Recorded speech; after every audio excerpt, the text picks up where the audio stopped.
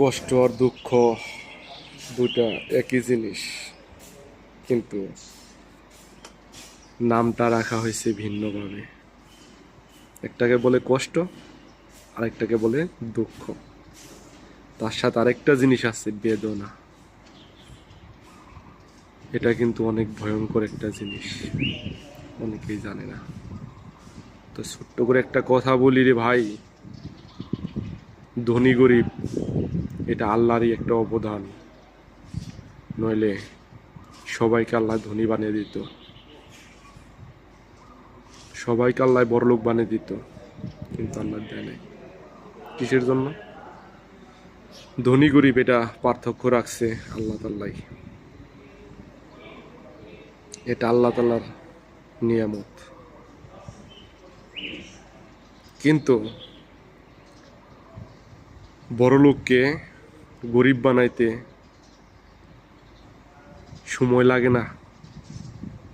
এটা আপনারা বিশ্বাস করেন বা না করেন, আমার কিচ্ছু যায় আসে না।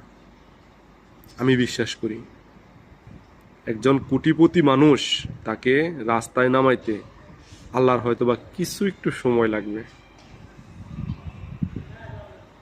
এটা বিশ্বাস করা লাগবে আর কি। তো যা হোক,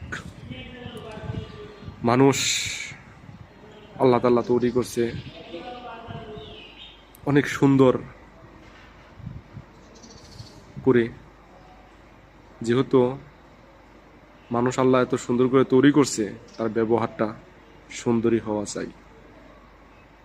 কিন্তু কিছু কিছু মানুষ আছে, তার ব্যবহারটা এতই খারাপ যেটা বলার মতো না।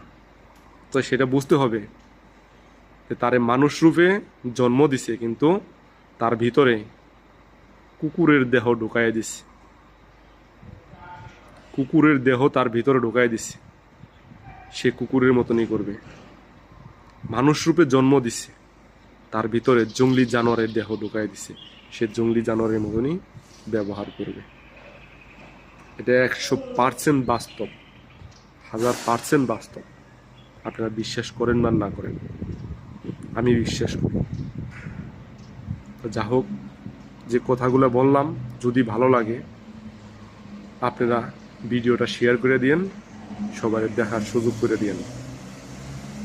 ভালো থাকবেন, সুস্থ থাকবেন, এ কামনাই করি। আসসালামু আলাইকুম।